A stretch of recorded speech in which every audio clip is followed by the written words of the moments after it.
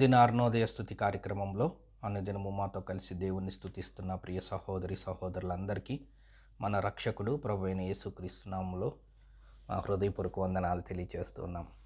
నేటి ఉదయకాలమందు మన స్తుతి అంశం యేసు ప్రభువుని పశువుల తొట్టిలో పరుండు పెట్టారు, కానీ ఆయన నమ్ముకున్న బిడ్డలని ఆయన మనల్ని పచ్చిక బయల్లో పరుండు చేశాడు అనే మాట మీద కొన్ని మాటలు మనం జ్ఞాపకం చేసుకొని మనం దేవుణ్ణి స్తుతిద్దాం. మత్తయి సువార్త 2వ అధ్యాయం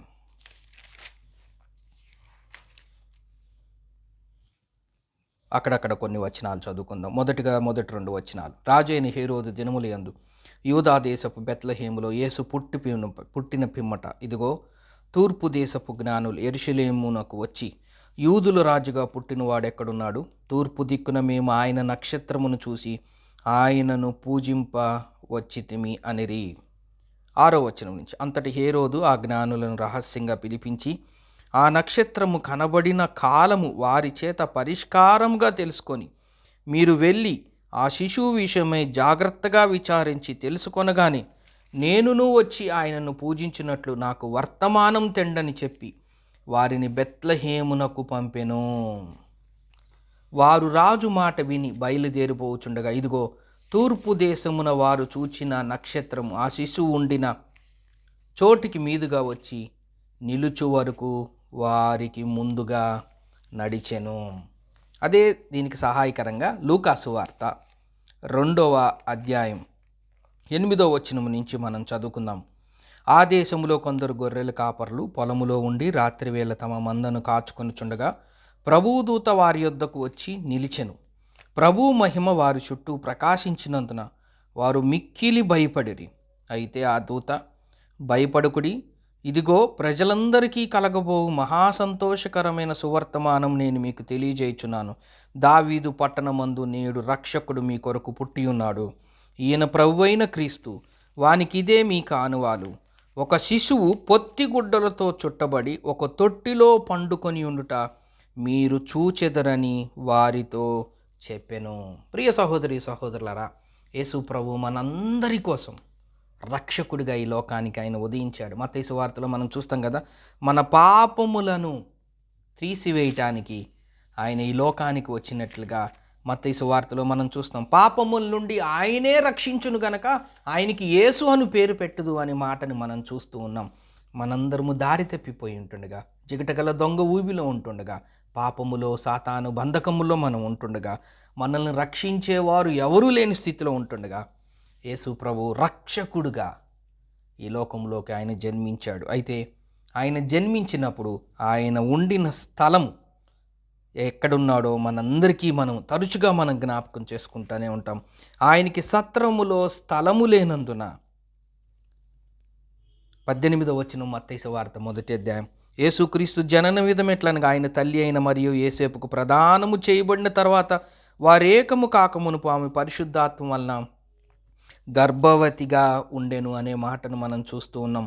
వాళ్ళు పశువుల పాకలో ఆయనని పరుండ పెట్టినట్లుగా మనం చూస్తూ ఉన్నాం ప్రియులారా. ఎందుకంటే సత్రములో స్థలము లేక యేసు ప్రభువుని ఆ పశువుల తొట్టిలో ఆ సత్రములో ఆయన్ని పడుకోబెట్టారు. కానీ మనల్ని ఆయన ఎక్కడ పడుకోబెట్టాడంటే 23వ కీర్తన. ఆయనైతే మనల్ని రక్షించటానికి ఈ లోకములోకి వచ్చినప్పుడు ఆయన పశువుల పాకలో ఆయన పరుండు పెట్టారు. కానీ ఆయన నమ్ముకున్న బిడ్డల్ని మనల్ని ఎక్కడ పరుండు పెట్టారంటే 23వ కీర్తన 2వ వచనం. పచ్చిక గల చోట్ల ఆయన నన్ను పరుండు చేయుచున్నాడు, శాంతికరమైన జలముల యొద్ద నన్ను నడిపించుచున్నాడు. నా ప్రాణమునకు ఆయన సేద తీర్చుచున్నాడు. తన నామమును బట్టి నీతి మార్గములో నన్ను నడిపించుచున్నాడు. గాఢాంధకారపు లోయలో నేను సంచరించినను ఏ అపాయమునకు భయపడను. నీవు నాకు తోడయ్యుందువు, నీ దుడ్డు కర్రయు నీ దండమును నన్ను ఆదరించును. నా శత్రువుల ఎదుట నీవు నాకు భోజనము సిద్ధపరచుదువు. నూనెతో నా తల అంటి ఉన్నావు. నా గిన్నె నిండి పొర్లుచున్నది. నేను బ్రతుకు దినములన్నీయు కృపాక్షేమములే నా వెంట వచ్చును. చిరకాలము యెహోవా మందిరములో నేను నివాసం చేసేదను. యెహోవా నా కాపరి, నాకు లేమి కలుగదు. ఆయన మనందరి కోసం రక్షకుడిగా ఉదయించినప్పుడు ఒక పశువుల తొట్టిలో ఆయన పరుండబెట్టారు. ఆయన నమ్ముకున్నట ద్వారా మనల్ని పచ్చిక గల చోట్ల ఆయన మనల్ని పరుండబెట్టాడు. ఎంత తేడా! మనమేమో దుమ్ము ధూళి లాంటి వాళ్ళం, జన్మతః పాపాత్ములం. మన నీతి క్రియలన్నీ మురికి గుడ్డ వలె ఉన్నాయి. ఆయనేమో సర్వాధికారి. ఈ లోకాన్నంతటిని మాటతో కలుగుగాక అంటే కలిగింది. ఈ లోకాన్ని సృష్టించిన సృష్టికర్త ఆయన. ఈ సమస్తము ఆయనదే. ఆయన నడుస్తున్న రాజవీధులు బంగారము. అరే అంత అంత ఉన్నతమైన వాడు. కొన్ని కోటాను కోట్ల దేవదూతలు ఆయనకి పరిచర్య చేస్తున్నారు. ఉన్నత సింహాసనం మీద ఉన్నారు. 7 దీప స్తంభముల మధ్యలో ఉన్నవాడు. అగ్ని జ్వాలల వంటి కన్నులు కలిగిన వాడు. అంత గొప్ప స్థితిలో ఉన్న ఆయన పశువుల పాకలో ఆయన్ని పరుండబెట్టారు. ఆయన నమ్ముకున్న మనల్ని మాత్రం ఆయన మనల్ని పచ్చిక గల చోట్ల ఆయన మనల్ని పరుండు చేస్తూ ఉన్నాడు. శాంతికరమైన జలముల యొద్ద మనల్ని నడిపిస్తున్నాడు. 23వ కీర్తన అంతా మనం చూస్తే ఆయన నమ్ముకున్న బిడ్డలకి దేవుడిచ్చిన ఆశీర్వాదం. అందుకే ఆయన ఈ లోకానికి వచ్చాడు. ఆయన జన్మము, ఆయన పుట్టుక, ఆయన ఈ లోకానికి వచ్చింది క్రిస్మస్ అని వేడుకలుగా మనం చేసుకుంటున్నాం. కానీ ఆయన నమ్ముకున్నట ద్వారా ఆయన మనందరి కోసం చనిపోయి తిరిగి లేచారు. మన పాప భారాన్ని తీసివేశాడు. ఆయన నమ్ముకున్న వాళ్ళకి ఆయనైతే పశువుల తొట్టులో పరుండబెట్టాడు. కానీ ఆయన నమ్ముకున్న బిడ్డలకి పచ్చిక గల చోట్ల, పచ్చిక ఎట్లా ఉంటుంది? గ్రీన్గా, ఎప్పుడు ఫలభరితంగా ఆహ్లాదంగా ఉంటుంది, ఆనందంగా ఉంటుంది. పచ్చిక గల చోట్ల ఆయన మనల్ని ఆయన పరుండబెట్టింది పశువుల తొట్టిలో, మనల్ని పరుండబెట్టింది పచ్చిక గల చోట్ల. ఎంత వ్యత్యాసం! ఆధిక్యత మనకుందా? ఆధిక్యత మనకుందా అని మనం గ్రహించినట్లయితే ఏ ఆధిక్యత మనకు లేదు. కేవలం ఆయన ప్రేమ, కేవలం ఆయన మన పట్ల చూపించిన కృప.